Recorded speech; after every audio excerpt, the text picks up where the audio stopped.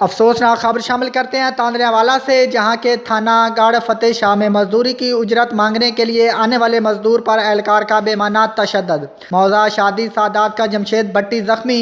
इस हवाले से मजीद जानते हैं अली हसन साबरी से। जी अली हसन साबरी, तफसीलात से आगाह कीजिएगा। जी, तहसील तांदरेवाला के थानागढ़ फतेह शाह में मजदूरी के बाद उजरत मांगने आए नौजवान को पुलिस एहलकार ने शादी सादात के रिहायशी जमशेद वल्द रजब अली भट्टी को मुबैना तशद्दुद का निशाना बना डाला। मुतासरा नौजवान का पुलिस एहलकार पर इल्ज़ाम लगाते हुए कहना था कि आज से 4-5 रोज़ कबल SHO के क्वार्टर पर एक पिल्लर की तामीर करवाई गई, जिसकी मजदूरी वक्त पर अदा नहीं की गई। आज सुबह जब मैं क्वार्टर पे मजदूरी मांगने गया तो अल्लाह जाने सरकार को किस चीज़ का गुस्सा था कि नामालूम एहलकार ने मुझे सोटे से मारने की सूरत में उजरत थमा दी, जिससे नौजवान के बाएं हाथ के अंगूठे की हड्डी भी टूट गई। जिस्म पर तशद्दुद के निशानात भी साफ साफ नजर आ रहे हैं।